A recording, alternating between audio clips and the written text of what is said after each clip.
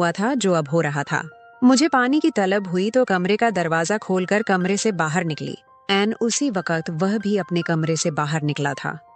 मुझे उठकर देख कहने लगा कि क्या बात है, आप अभी तक जाग रही हैं? मैं उसे बताने लगी, कुछ नहीं, बस मुझे ऐसे ही महसूस हुआ जैसे कमरे में कोई मौजूद हो। पानी पीकर दोबारा कमरे में आई। फौरन भाई का नाम भी पीछे ही मेरे पास आ चुका था। कहने लगा, आपको डरने की जरूरत नहीं है। अगर आपको डर लग रहा है तो मैं आपके पास सो जाता हूँ। मैंने उसे कहा कि नहीं नहीं, मेरी वजह से अपनी नींद खराब करने की जरूरत नहीं है, तुम अपने कमरे में सो जाओ। मगर सुनील जिद करने लगा कि आपको मैं अकेला किसी भी हाल में नहीं छोड़ सकता। आपकी तबीयत खराब हो सकती है, मैं आपको तकलीफ में नहीं देख सकता।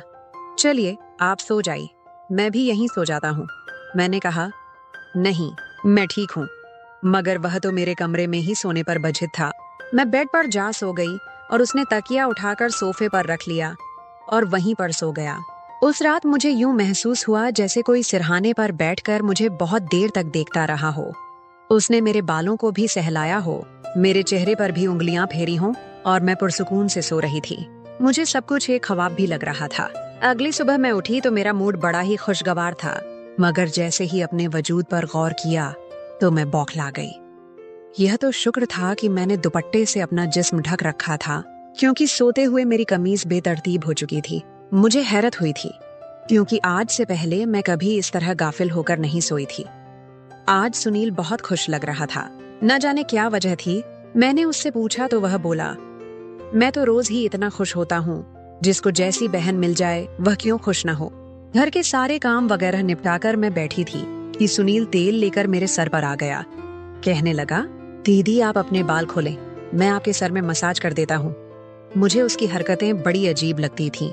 मैंने कहा, ये तुम्हारा काम नहीं है, जाओ अपने दोस्तों के साथ घूमो फिरो, मुझे मसाज की जरूरत नहीं है।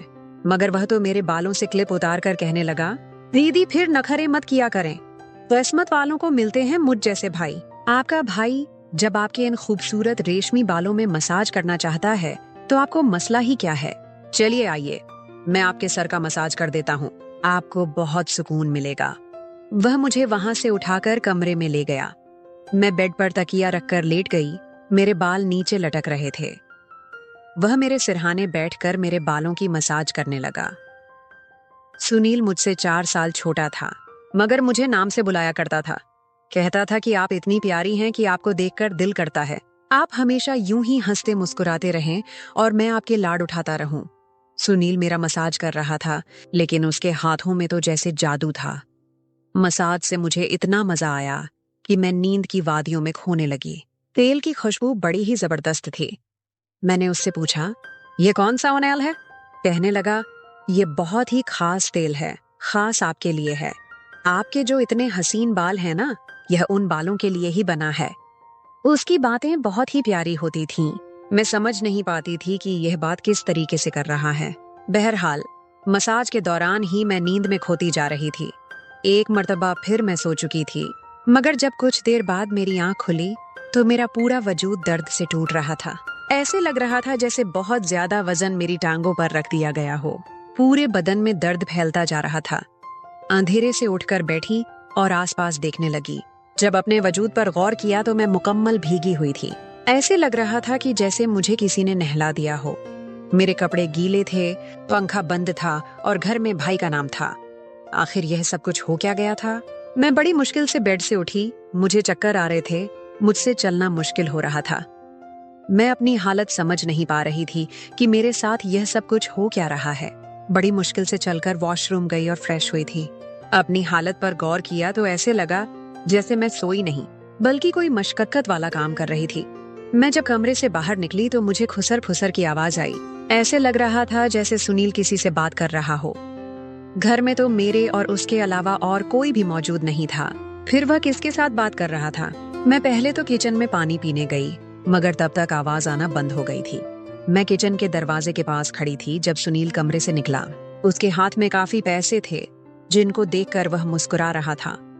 मेरे माथे पर बल पड़े थे। अगले ही पल सुनील की भी नजर मुझ पर पड़ी थी। मुझे देखकर कहने लगा, दीदी आप उठ गई हैं? मैं चलते हुए उसके करीब आई। वह हड़बड़ाकर पैसे अपनी पैंट की जेब में डाल रहा था। मगर मैंने उसका हाथ पकड़कर उन पैसों को सामने लाकर बोली, सुनील, इतने पैसे तुम्हारे पास कहाँ से आए? वह नजरें झुका चुका था। कहने लगा, आप प्लीज पापा को मत बताना। मैं तो हैरान हो गई थी कि उसने ये पैसे अब्बू के तो नहीं निकाले। मैं सख्ती से बोली तो वह सहम गया। कहने लगा कि ये पैसे तो अब्बू के एक दोस्त कई साल पुराना कर्जा उतारने आए थे। मैंने तो सोचा था कि उनसे मोबाइल लूंगा, लेकिन उसने पैसे मुझे थमा दिए। मैंने कहा, हाँ, तुमने अच्छा किया। घर के हालात देखो किस कदर खराब हैं। तुम्हारे माँ बाप दोनों नौकरी कर रहे हैं और तुम बजाय ये पैसे उनको देने के मोबाइल लेने की बात कर रहे हो। सुनील शर्मिंदा था, मगर मैंने वह पैसे रात को पापा को दे दिए थे। सुनील ने मेरे साथ कोई बात नहीं की थी। आज वह सोने भी जल्दी चला गया था। अगले रोज मैं किचन में काम कर रही थी जब सुनील अपने दोस्तों के साथ घर में दाखिल हुआ, क्योंकि वह अपने दोस्तों को सीधा लाउंज में ही ले आया था। उस वक्त दुपट्टा उतारकर बर्तन धो रही थी जब वह सब हंसते हुए अंदर दाखिल हुए। मैंने फौरन दुपट्टा किया था और फिर सुनील को बुलाने लगी कि यह क्या तरीका है? तुम जानते भी हो इस वक्त अम्मी अब्बू घर नहीं है, फिर भी इन लोगों को घर ले आए हो। सुनील कहने लगा कि यह मेरा घर है। जब आपको मेरा ख्याल नहीं तो मैं आपका ख्याल करूं। अच्छा सा खाना तैयार करें, मेरे बहुत खास दोस्त हैं। वह मुझसे काफी नाराज हो चुका था, मगर अब मैं क्या करती? चेक करना तो जरूरी था। मैं उसके दोस्तों के लिए खाना बनाने लगी तो वह बोला, खाना परोसने भी तुम खुद ही आओगी? मुझे सुनकर उसका रवैया हैरान कर रहा था। छोटी सी बात पर आखिर वह ऐसे कैसे बदल सकता था? मैंने खाना मेज पर लगा दिया। मैंने गौर किया था कि उसके दोस्त बार बार मुझे घूर कर देख रहे थे। वह सभी मर्द थे, सुनील से बड़े थे। अजीब तरीके से घूर रहे थे, जैसे कच्चा ही खा जाएंगे। मैं अपने कमरे में बंद होकर रह चुकी थी। जैसे ही वह गए तो मैं सुनील पर फट पड़ी कि दोबारा तुम्हारे दोस्त मुझे इस घर में नजर ना आए। मगर वह तो अगले ही पल मेरे गाल थपथपाकर कहने लगा, इतना गुस्सा कहाँ से आता है आप में? नहीं आएंगे वह दोबारा, मगर आप इस बारे में अम्मी अब्बू को कुछ नहीं बताएंगी। कैसा लड़का था यह, कभी प्यार न्योछावर करने लगता तो कभी चढ़ने लगता। बहरहाल मैंने हाँ में सर हिला दिया और अपने कमरे में चली गई। मुझे उसकी हरकतें कुछ संदेहास्पद सी लगने लगी थीं, क्योंकि वह मुझे अजीब ही तरह से देखने लगा था। उस रोज भी जब मैं अपने कमरे में आराम करने के लिए सोई तो अचानक मुझे अपने पैरों पर किसी के हाथ महसूस हुए। मैंने जब आंखें खोली तो सुनील मेरे पैरों को अपनी गोद में रखकर मसाज कर रहा था। मैंने उसे ऐसा करने से मना किया, मगर वह कहने लगा कि मैं जो कर रहा हूँ मुझे करने दें। इस घर में एक मैं ही हूँ जिसे आपकी इतनी फिक्र है। अम्मी अब्बू को तो कान से ही फुर्सत नहीं। खैर, मैं भी पुरसुकून हो चुकी थी, आंखें बंद किए सोने लगी।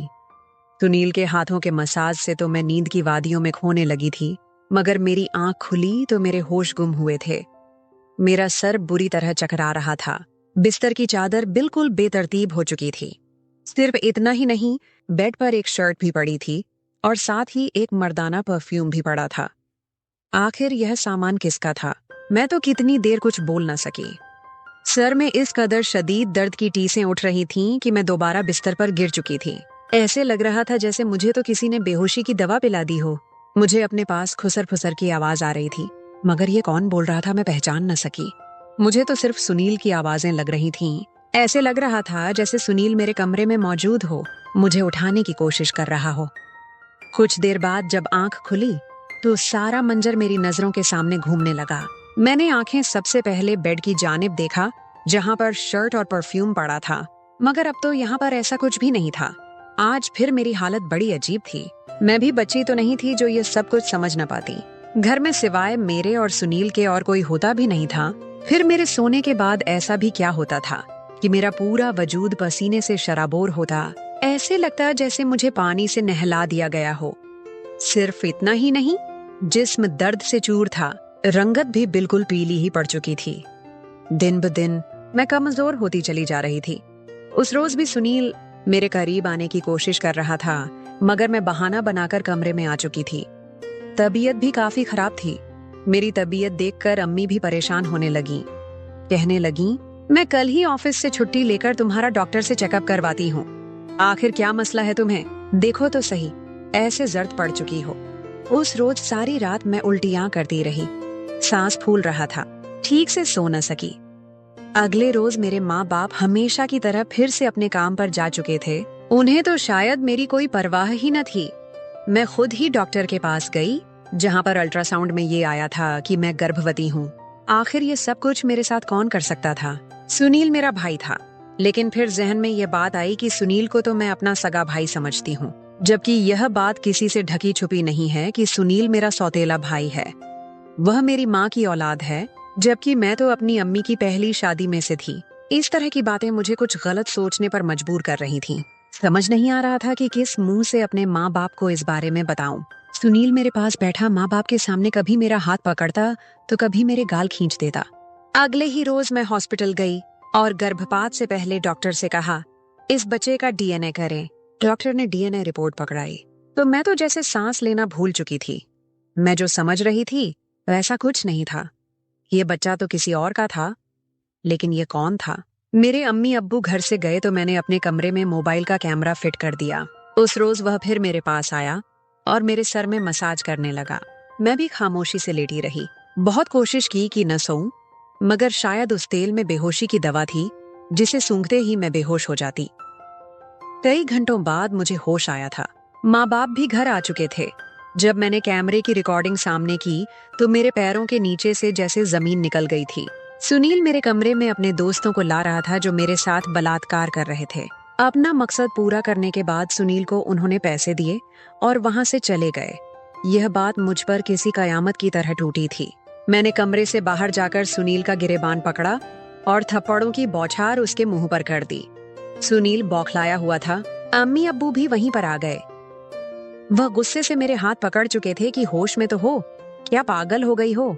क्यों मार रही हो इस बंदे को? मैंने रोते हुए वह वीडियो उन्हें दिखा दी कि यह जलील इंसान मेरे साथ ये सब कुछ करवाता है।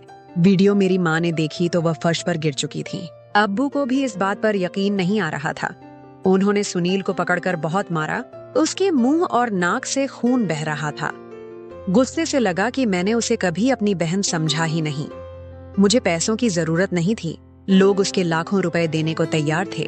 मुझे अपनी जरूरतें पूरी करनी थीं। इसलिए मैंने यह कदम उठाया, अपनी बहन की जिस्म फरोशी करवाई। मैं अपने कानों पर हाथ रखकर बस रोए जा रही थी। अब्बू ने उसे इतना मारा कि वह लहूलुहान हो गया, मगर जैसे तैसे खुद को उनसे छुड़वाकर घर से भाग गया और दोबारा पलटकर इस घर में नहीं आया। मेरे पेट में पल रहा बच्चा नाजायज था, जिसका मैंने गर्भपात तो करवा दिया, मगर उस बंदे ने जिस कदर घिनौना खेल मेरे साथ किया था, मैं मरते दम तक नहीं भूल सकूंगी। यकीनन आजकल के इस पुरफितन दौर में भाई वही होता है जो आपके सगे वालिदैन से हो। किसी भी अनजान मर्द के सहारे अपनी जवान जहान बेटी को छोड़ना यकीनन बहुत बेवकूफी है, क्योंकि शैतान परस्त मर्द हर वक्त इस आड़ में रहते हैं कि वह किसी न किसी की बेटी की इज्जत को नीलाम करें।